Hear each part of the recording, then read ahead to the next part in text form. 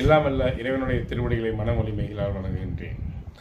நண்பர்களே, ஒரு சில வீட்டில் பார்த்தீங்கன்னா எங்கள் மாமனார் 50 பவுன் போட்டார் சார். அப்போவே அப்படிம்பாங்க. கையில் ஒரு மோதிரம் கூட இருக்காது.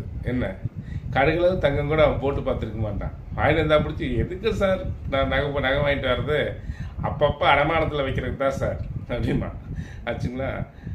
மாமனார் போட்ட நகை அப்பப்போ அடமானத்தில் வைக்கிறதுக்கு, அதுக்கு தான் அந்த நகை போடுறது சார். நகையை போட்டு பார்க்க முடியல சார், அடமானத்துலேயே இருக்குது, வச்சா பிடிச்சி திருப்ப முடியல சார்மா.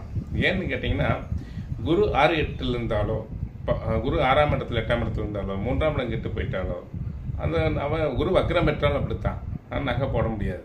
அது என்ன செய்யணும்னு கேட்டிங்கன்னா, பக்கத்தில் உள்ள சிவாலயத்தில் உள்ள பைரவருக்கு சந்தனம் மறிக்குழுந்து புணுகால் அபிஷேகம் செய்து மறிக்குழுந்து சாத்தி பைரவர் வழிபட்டு வந்தால் 9 வாரம் தொடர்ந்து வழிபட்டு வந்தால் அந்த நகை அடமானத்திலிருந்து மிக்கக்கூடிய வாய்ப்பு ஏற்படும்.